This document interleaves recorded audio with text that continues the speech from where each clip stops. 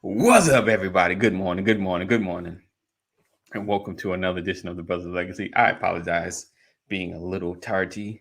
Had a little venting session, as well as I had to make a quick run to the what do they call it? The office,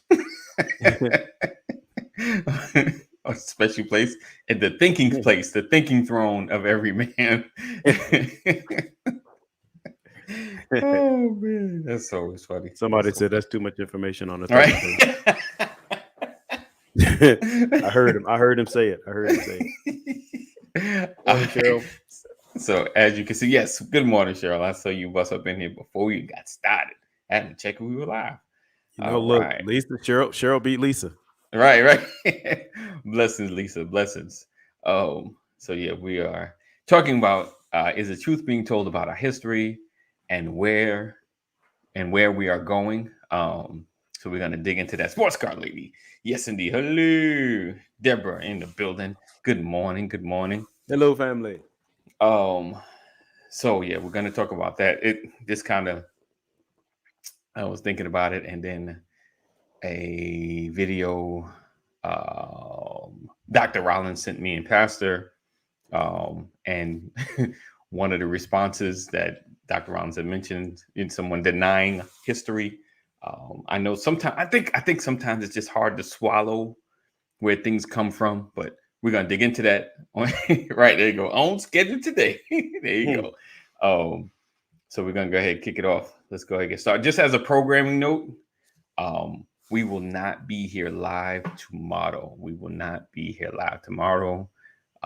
Be out of town traveling, as well as so there will be a replay up. So if you come through, I'm gonna pick an oldie but goodie. So make sure you check it out. Share as always, and see what silliness or very pertinent information that we may be discussing tomorrow. So tomorrow will be a replay day. All right. I just wanted to make sure I mention that before I get out of here. Let's do this, and we will be right. I got a lot of stuff. I keep hoarding videos. I can't purge it. I'm like, I like that one. All right, we'll be right back. As always, we love you. Nope, we can. All right. Good morning. Good morning. Good morning, and welcome to another edition of the Brothers of Legacy.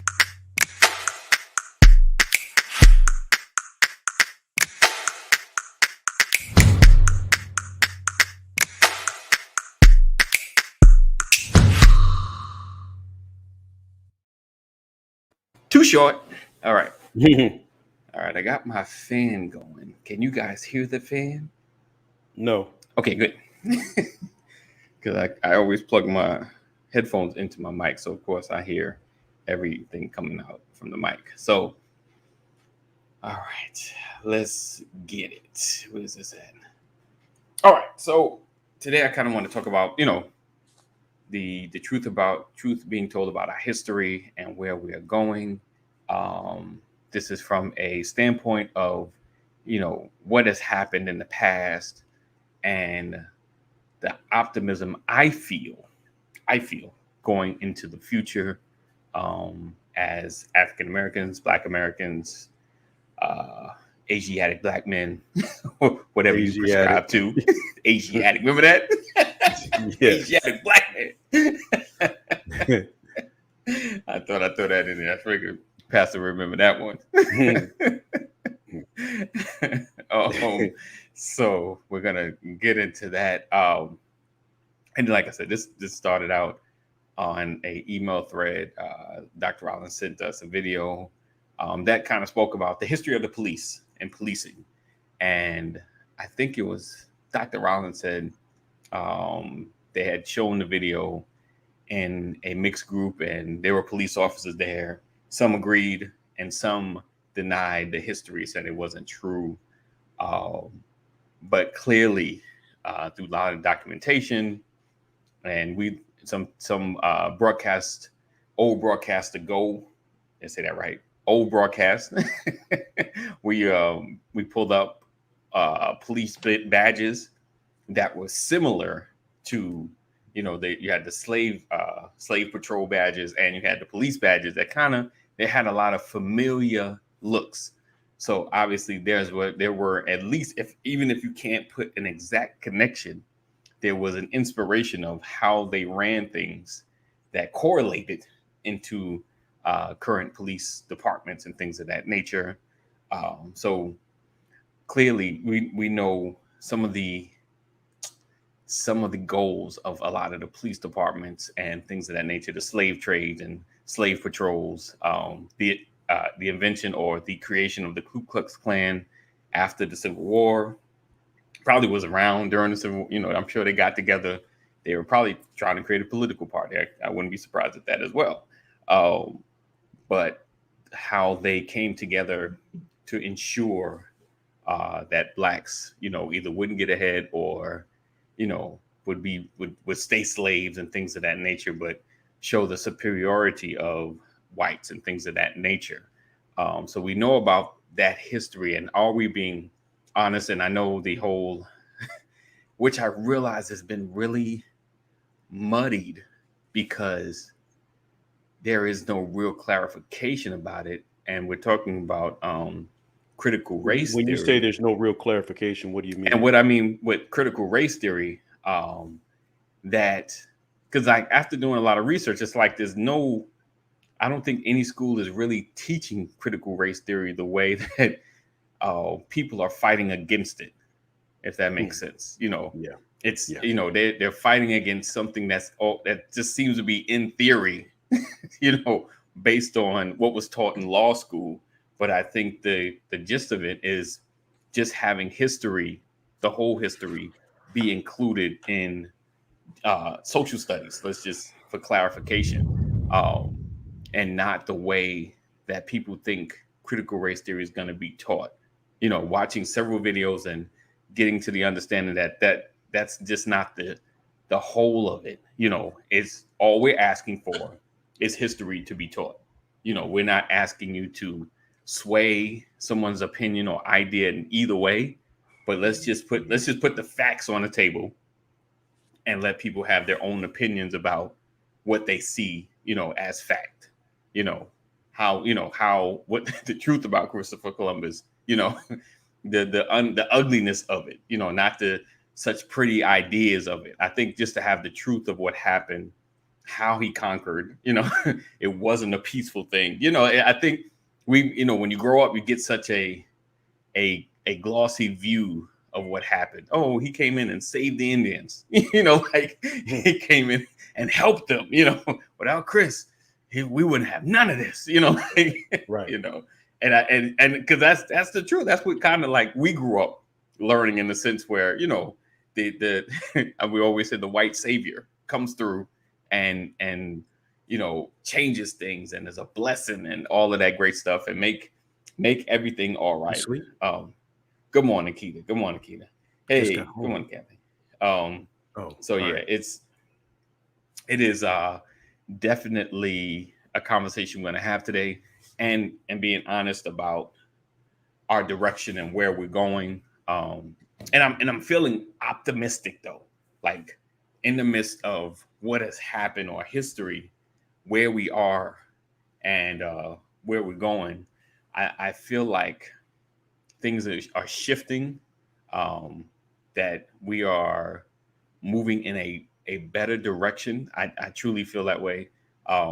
But digging in the beginning, so before we go forward, because I don't want to move too fast. So do you feel like history is being denied, or hey, Mama McCory, being denied, or is history starting to be more exposed on a mainstream level? Like, I know they're fighting critical race theory, but do you feel like more people are at least learning what has happened in the past? Like, we know more, with the advent of the internet and YouTubes and people creating very creative videos and documentaries, with a lower budget, but it still is interesting and informational. Do you feel like we are getting what we need to really know our history, or do you feel like the water is still muddied, or it's not being told? Everything's not being told. My question for the audience, the family, the Mm-hmm. BOL family is, do you agree with critical race theory as a narrative, as in terms of being pushed? Do you agree that it should be pushed? I know it's a challenging, and sometimes it's a dangerous question, but that's the first thing, because to get Mm-hmm. people talking about it, first I'm like, who agrees with it versus disagrees with it? Do you feel Right. like it's something that we should be focusing on, or do you feel like it's a moot point? How many Right. people believe that it's something that should be on the table Right. in America? Do, Critical race theory, that is. do you and I guess my overview over that question is, do you know about critical race theory, or what do you know about it? Have you heard about it? You know, and I know we got the delay, and then we got those that are thinking. I probably start typing like, nah, it's too much. No, I don't want to say that. Yeah, You I know, mean, just think about it. And for those who don't know, because yeah, folks may not even want to say right, that they don't know, but just think yeah, about the concept of examining race relations yeah, and the impact of race relations in the history of America. right, Right? right, That's it. I'm saying from a very high level, in a nutshell, that's what critical race theory. And so there's been this big debate about whether it should be a part of the curriculum in schools, whether it should be a part of the political spectrum. Should it be something that we're talking about so people understand the right, impact of race right, relations in America? right. Um, he looks and enlighten me. Oh, cool. So did that help, Elix? Please respond. I want to know that that made sense to you. Yeah, but I would listen. Everybody that's on it, if you don't know about it, I would say kind of Google it. We did discuss it with Jay Hamilton. He kind of broke down critical race theory. So go to the YouTube and you kind of look it up. I'm gonna make sure in the replay I put it in the link in the show notes, so you can go back to that and find it. Um, but yeah, it's pretty much a breakdown of how race has shaped laws and things of that nature. But I think let's see, yes, thank you. Oh, he said yes, thank you for the breakdown. Um, but yeah, in a nutshell, because critical race theory has been around for quite some time. I Hmm. just jumped on. Please enlighten me. Oh, so critical race theory has been around for some time now. But it pretty much in law school, it's shown how race has affected laws and affected society. In essence, that's the broad stroke of it. Um, what more people are pushing for with it in schools, I feel, is more of a not a white supremacy thing, and this is based on watching several kind of videos that people kind of discuss how critical race theory is being shown into schools. From what I understand, I agree it should be taught or at least considered. Okay, at least it says that. Um, but it's the historical references of what actually happened. What slavery has done, what were the consequences, digging a little more instead of just the broad strokes of what we've always learned. Hmm. I don't like when the those that are against it talk about shaming white people. I don't feel like that's the goal. The goal is just to speak about some of the structural things that were built in America. Yeah. um Yeah. let's see. He said, so Keita said, so my thoughts are, why not share this? All people should know the truth about America, ugly or not. Indeed. And I think, and that is what we are looking for. I think the fight on the other side is just they feel like it's it's with white shaming or things of that nature. And that's not the case. Based on, like I said, I've been kind of watching a lot of videos and reading some things on it, basically just giving a view of history, Yeah, what if has you happened in look up, America. look up Jane Elliott. Yeah. You want to talk about critical race theory. Jane Elliott is one of those white women who has been putting students. I mean, for years she's been doing this. I want to say since at least the '80s, as far back as I can remember, challenging uh, students with critical race theory, Hmm. putting them through exercises and stuff. So it's not anything new. But I mean, any civil rights movement is essentially critical race theory. Right. right? Right. So Yeah. that's what it is. But to try and formalize the narrative today seems to be welcomed in certain spaces and rejected in other spaces. Right. You know, Right. but there's no denying that race has played a major role. It has had a negative impact on a people, Right. and we have to talk about the impact. This whole uh, position of we're past that now is Right. the Right. most ridiculous statement that anybody could ever make, because Right. we're not past it. And so you have whites and blacks and Latinos, and you have people of multiple races saying that we don't have a race problem in America, or it can't be an excuse anymore. Right. And the Right. reality is Donald Trump has proven otherwise. Right. Yeah, it's crazy. So I was watching this was a news organization called, I think, Vox. They have videos. They keep it pretty creative. And the young lady was talking about trying to say the word right, meritocracy, where basically saying that's the idea of pulling yourself up by your own bootstraps, basically. Yeah. And the fact that meritocracy is here, and racism isn't. Basically, it's like you guys just need to pull yourself together and do the thing. And it's funny. I was listening to Malcolm X, and of course it's old because he's no longer here. He was speaking about white people saying black people always living in the slums and the ghettos, but there's no funding for these areas. So this is why we live in the slums and the ghettos. Like it was like, how do you expect us to do better if you don't send the funding that we can, help build our areas up? And so in this video with the meritocracy, she was talking about, placement, and she is from a different place, like she's one of the exceptions. So she showed her and her sister, they excelled. They just barely got into like these great schools in New York. And if you don't know about New York in the city, after middle school, you kind of choose a high school, choose what school you go to for high school. And it's based on, merit, your scores, your grades, and things of that nature. And how, they kind of basically, she was like, it's like a caste system. And if you don't know about the caste system, it comes from India, based on, there's a high level people, very smart, affluent, and then there's the low level of the poor people. So that it's like in New York City, it's almost like the best get to go to the best schools, And of course, if I come from a more of a wealthy family, of course, I get better education, I get better opportunities, better things open up for me. But if I'm struggling, of course, it's hard to become elite or smart, because I don't get the opportunities or the level of education that someone with money or finances to learn certain things or get the tutoring to get better. So I'm either stuck trying to figure it out. That's what we are. We figuring it out, and some get to squeak through the system. And so her point was that the system is not set up equally.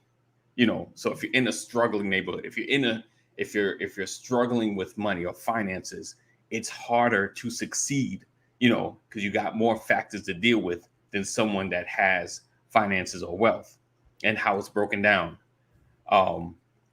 So basically, and she was like, it's hard. She had to do a view though. She was like, I'm one of the exceptions, me and my sister, because we squeaked through the system and we got into a great high school.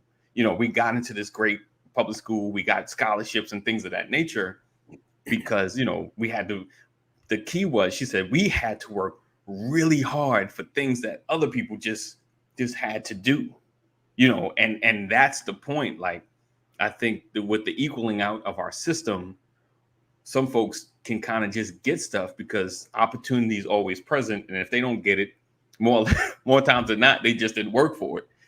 Whereas people in a lot of our situation, the middle class and below, have to work really hard to get into certain spaces because we don't get the opportunities to do, these educational opportunities or tutoring and things of that nature, where we fall behind. if that makes sense. And so she was just showing the disparity and how race, because then pull it back into that, how race has that kind of impact, because those that are white have gotten more opportunities and got into certain spaces that we couldn't get into. So now we have to work 1,000 times harder. So what happens, those that have been in the exception stand up and say racism doesn't exist anymore. Look at me. So now we losing out on that fight. You understand what I'm saying? So it looks like, oh, all is well, kumbaya. See what Martin Luther King said?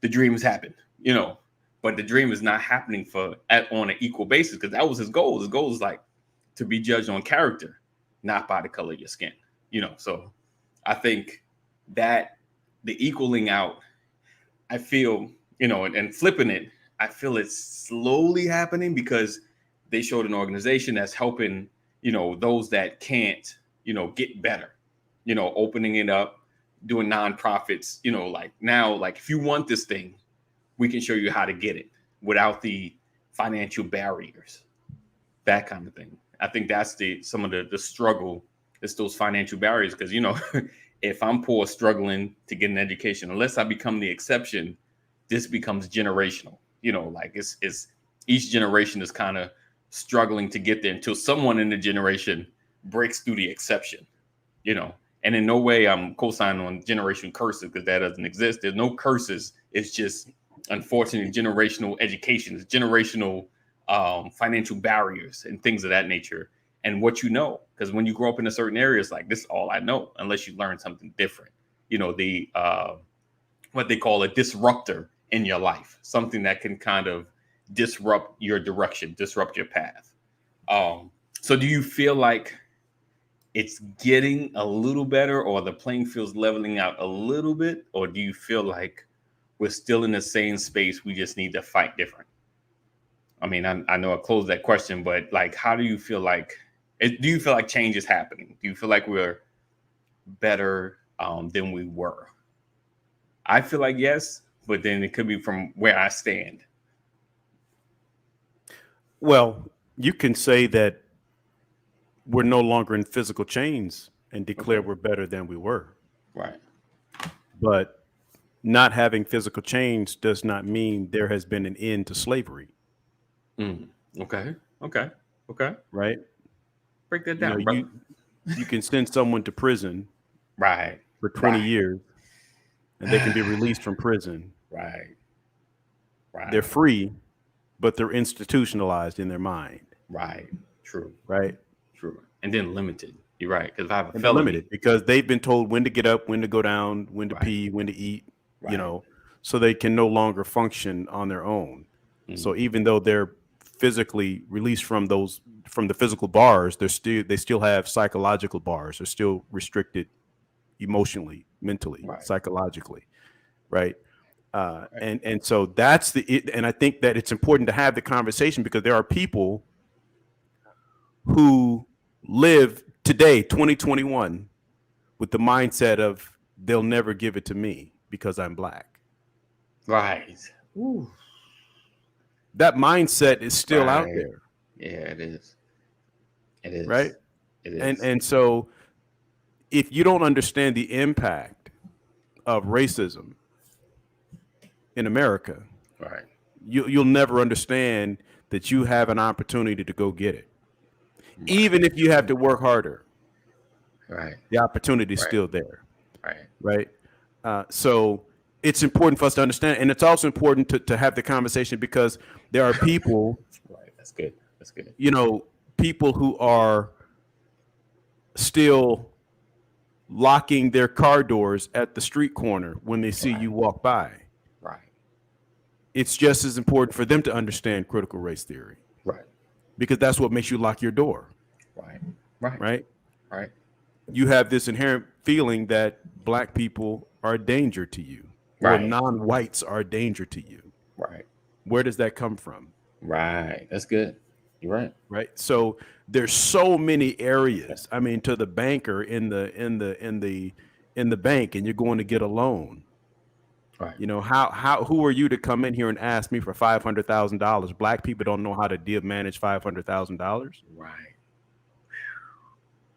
Right. That's why critical race theory is important. Yeah. What are Definitely. you doing here at Harvard? Right. You all aren't. You're Right. inherently not smart enough to be at this school. Right. That's why critical race theory is important. Every rule has an exception. Mm. Sidney Poitier won an Oscar. Oh, so Hollywood has leveled the playing field. Right. Right. Because that's what you thought. Because I know that's what I used to think. When you break a barrier, it's all good now. It's all good. Tyler Perry has a studio, so black folks had no problem getting work in Hollywood. In Hollywood, it's all good now. You're right. Yeah, you're right. That's good. That's true. So that's why, and so it causes why do you think the way that you think? I mean, it's the thing that we try to that's how you break the iniquity that gets passed down from generation to generation that we confuse with generational curses. Right. It's practiced behavior. Yes, that's it right there. That's it right there.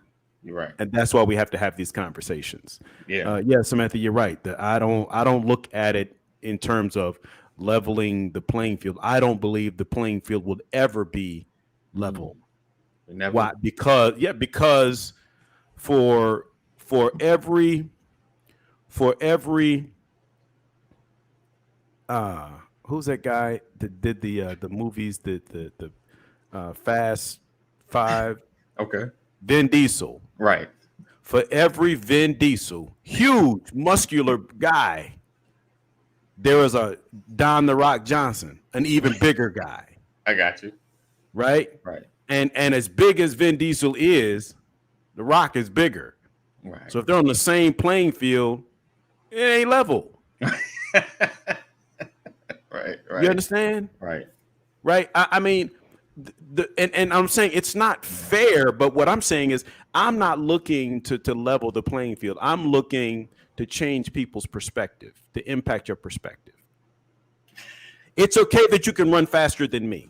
Okay. It's okay that you might be a little more intellectual than me. Okay. That's all right. Just don't count me out because of the color of my skin. I got you. You understand? You're right. That level. Venice. I knew I was waiting. I knew it was coming. That's fine. I'm cool with that, right? But again, it's all about perspective. Yeah, because there's no guarantee. I'm just saying that there's one guy who's this big. There's another guy who's that big. No, I'm with you. I'm with you. Yeah, right. Yeah. I mean, Sha'Carri Richardson just came in last. Right. And a month and a half ago, she came in first. Right. Did the playing field change? It's still 100 yards, 100 meters.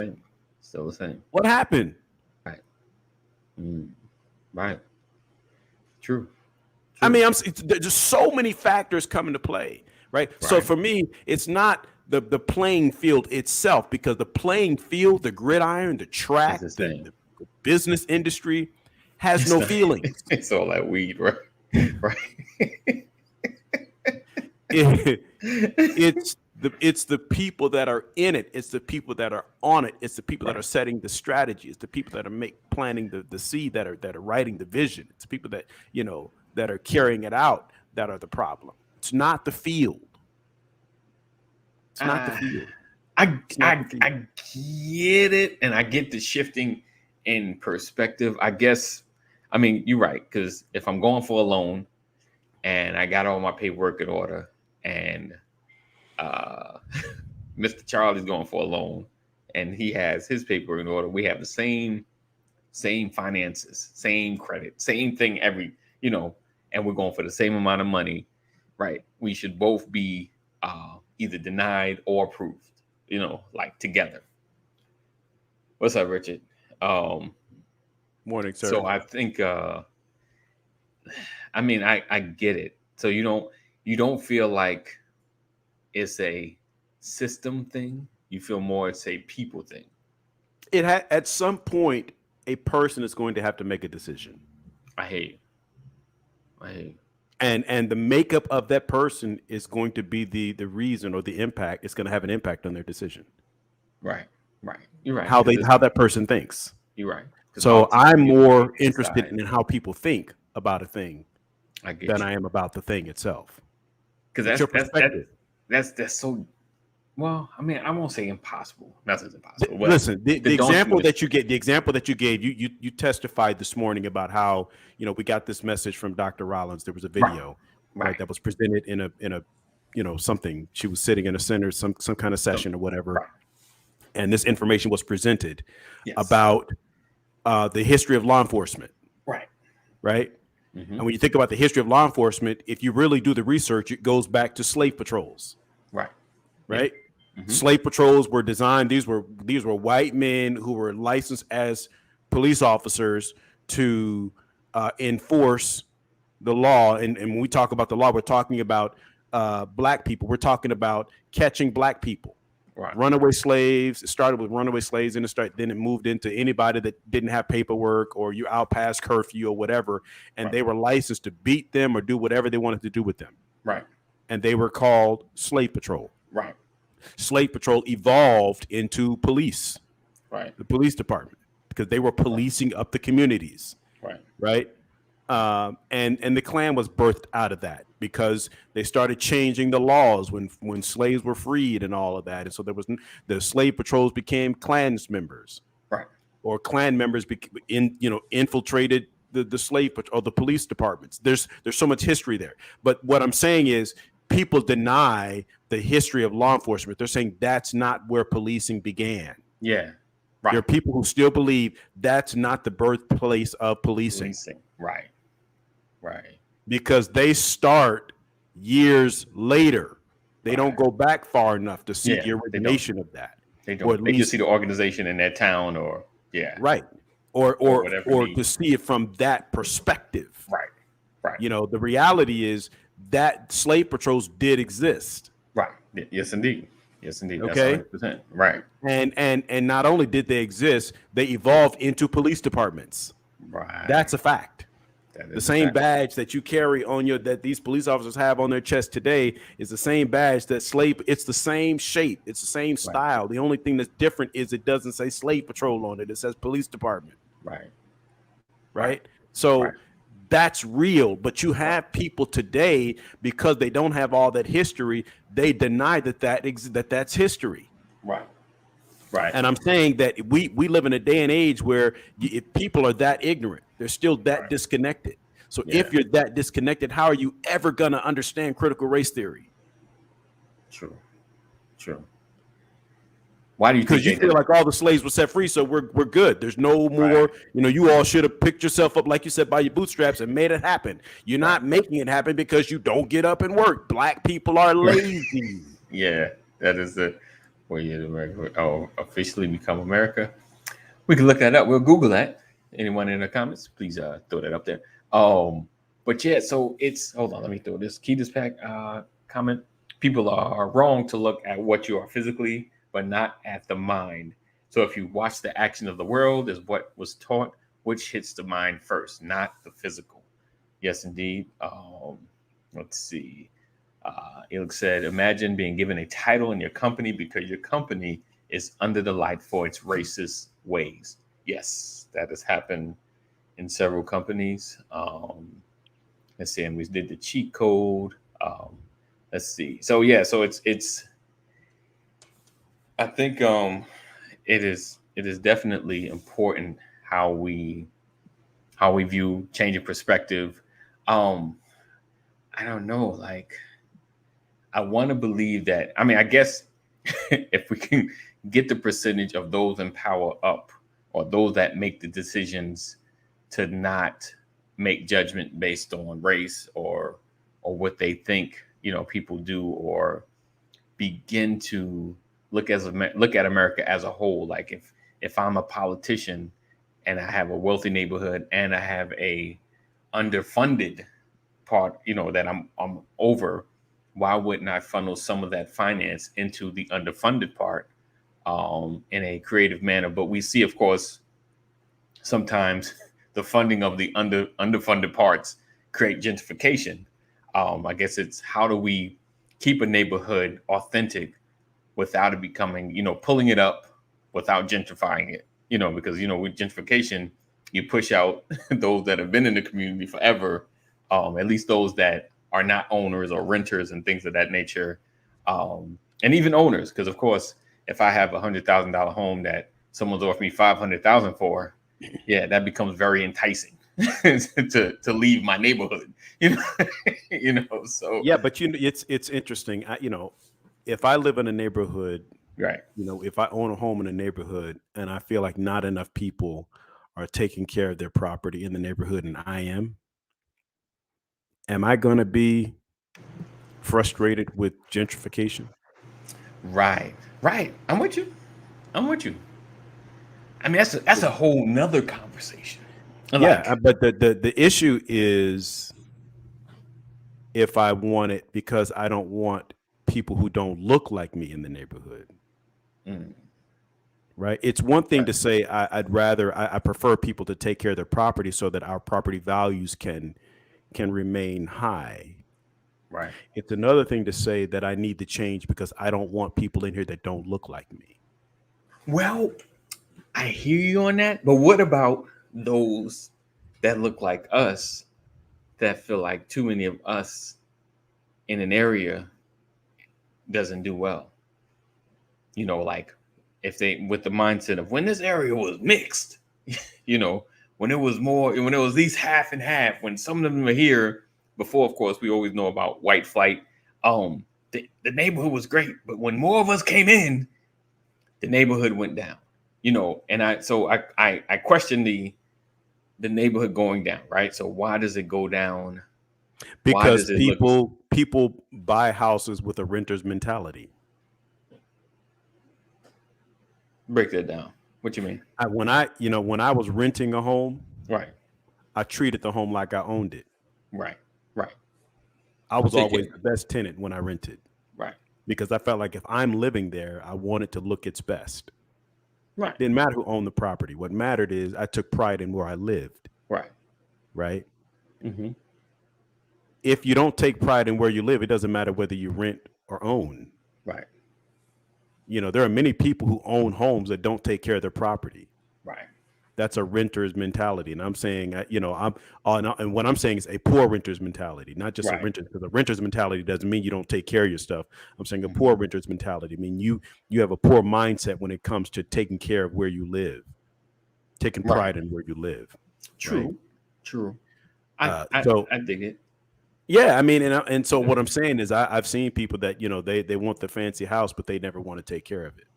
Right. Right. And that's an issue. And it speaks volumes of who you are as an individual. And I'm saying, I don't want you as a neighbor. And it doesn't matter to me what your background is. I don't want you as a neighbor if you can't take care of your property, because your property being downgraded pulls the value of my property down. Right. That makes sense. Yeah. That makes sense. I mean, it's the concept of iron sharpening iron. The scripture says it. Yeah. We ought to keep each other sharp, build each other up. And I'm saying that's where and so what has happened is people think, we live in a world where you move a black person in and you feel like that brings your property down. Right. I read an article where a black couple were looking to sell their home. Right. And their home was valued at X amount of dollars. Right. They removed everything about their race from the listing. And the property value jumped like $75,000. Yeah, I've heard about that. Yeah, I don't even know how that works. That's why critical race theory is important. Right. But do you think it'll? I mean, knowing history. I mean, I guess like. But will knowing history really change somebody's mindset? Listen, what I'm doing, nothing will never change it.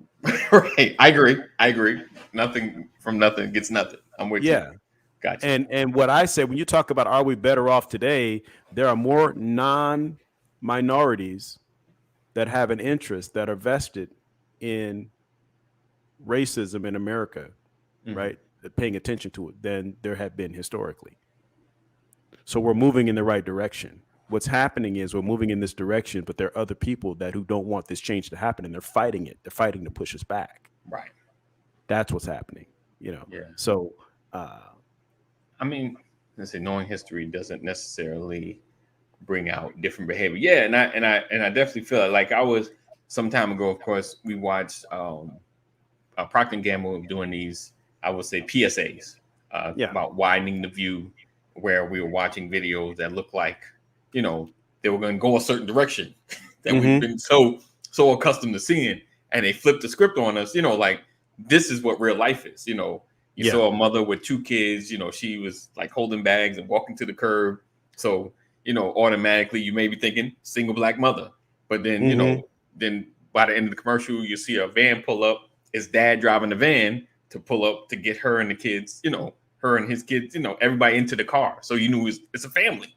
You know, it's things that it's that changing of how the perception of what people perceive us as. You know, we've always been perceived as the criminal. You know, we always kind of perceived as the bad guy or the single mother. You see, you know, my wife used to tell me a lot, like whenever she go into a visiting church and she would have the kids, especially at the holding the hands, you know, making sure they're not running off age. People would be staring at her like she's a single Black mother. You know, like, you know, it's just the perception. It's like, no, my husband's just not here with me today. You know, so it is changing those perceptions about what people think of us. But I think, you know, that the issue we have is I mean, I got you, Rich. You have data that invalidates right that, you know, that thought, that narrative, right, but you insist on holding on to it anyway. Yes. Right. You force yourself to live a lie in spite of new information. Right. Cognitive dissonance. Yeah. Right. That psychological game that you play with yourself to convince yourself that what you're hearing isn't true when you know that it is. Right. I almost feel like we need to wear suit and ties all the time. like I think somehow puts the perception like, you know, Black people are always dressed up. You know, like, so, you know, like, it's almost like we need to push the perception super high, you know, just, you know, like we always got to fight harder to get to the normal.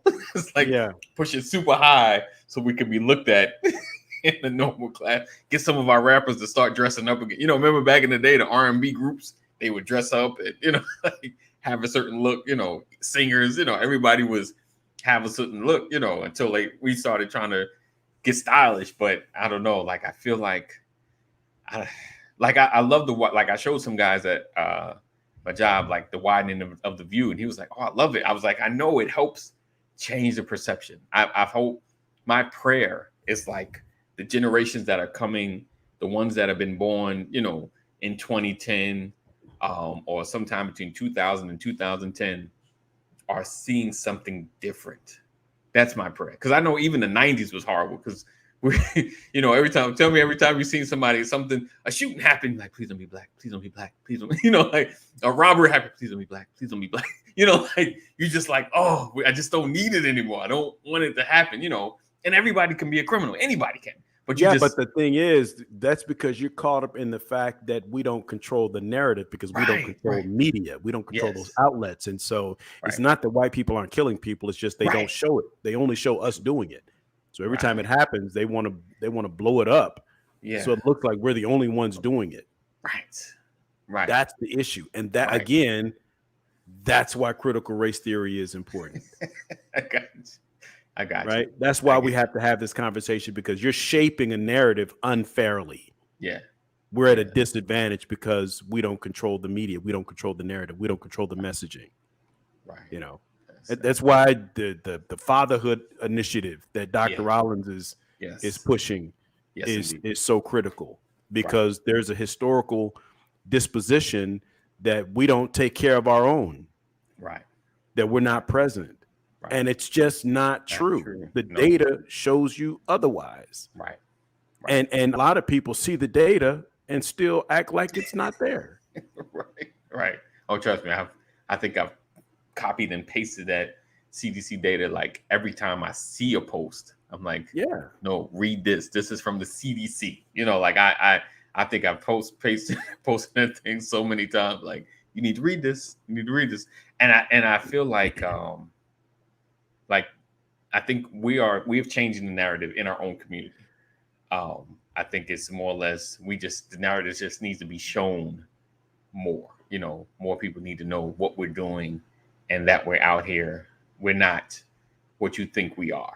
You know, and I tell people, I'm like, the Barack Obama is not the exception. He's part of the rule. He's part of who we are. You know, he ain't the only smart dude. He's just the one that got smart enough to squeak through the political system to become president. You know, but there's a lot of clean brothers out here. You know, and everybody, you know, and I know there have been, you know, areas and places where the cops is unfairly or set folk up and people that gone to jail, you know, that were 100% innocent. Because I used to think, honestly, that, you know, they're though, like, Pastor, you get locked up falsely, right? Like, you get charged with a murder.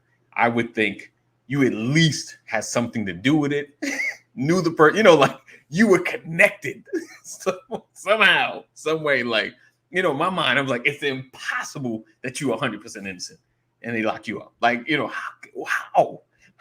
But then I've seen it like, wow, 100%. You're not even involved. You were just walking down the street and you get picked up and forced. The Central Park 5. Yeah. Oh, that whole, that angers me. Like, that just angers me. And then how even our former president putting out a whole ad about them, you know, not knowing them, not knowing the facts, but everybody in that narrative put these kids in this. Emmett Till. Yeah. You know, I mean, there's story after story, but yeah, definitely. Yeah, definitely. But I'm saying what it does to you is the issue.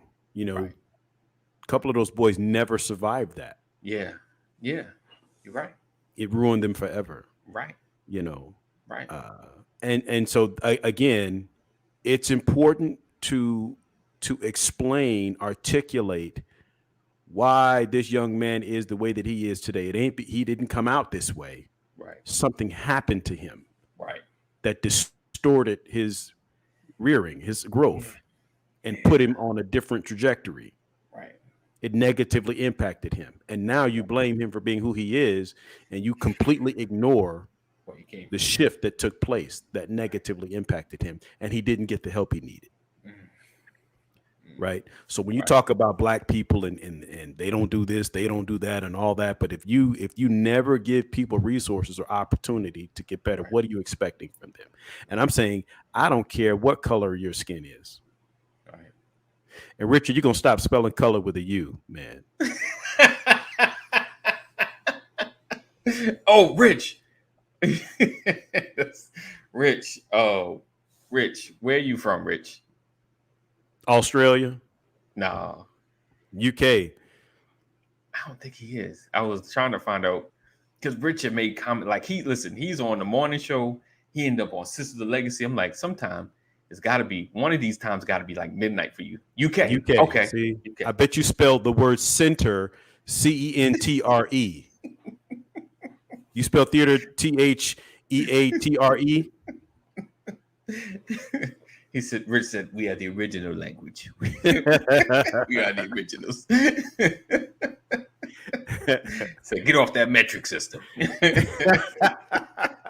See, told you. Yes, indeed. Yes. Oh, man. we take the simple right. COLOR. Right.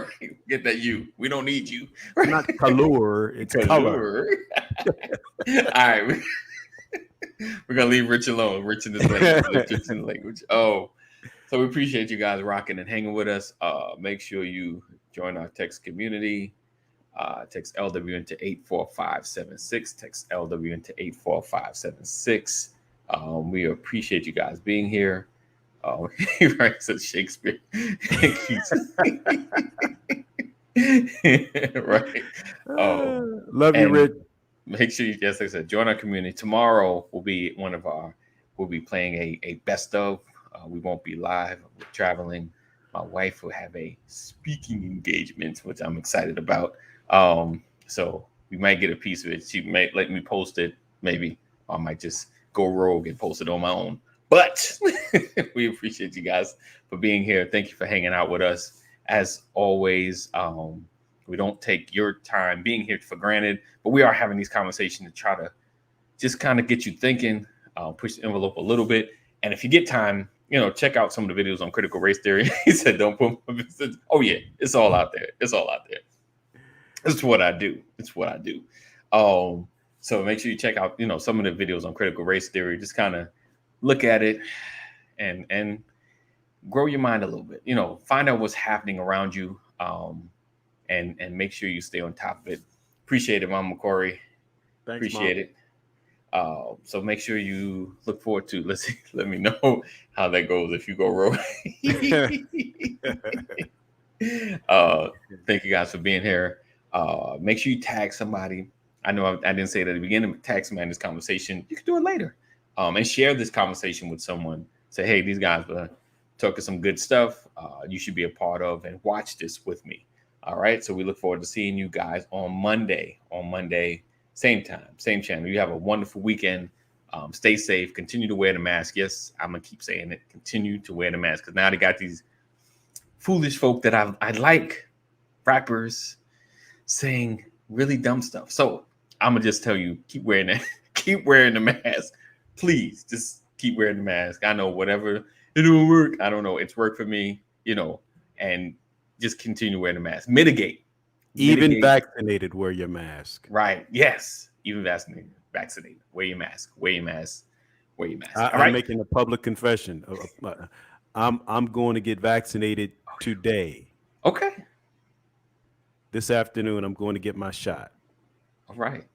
Good or bad, I've made the decision. I'm going to get my shot. All right. You have a great weekend as well, Deborah. And I'm going to talk to Pastor off camera about what helped shape his opinion. All right, guys. We'll see you on Monday. As always, we love you. Know that God loves you more. Stay safe. Thank you guys for hanging, being with us. Sharing is caring. All of my replay peoples that watch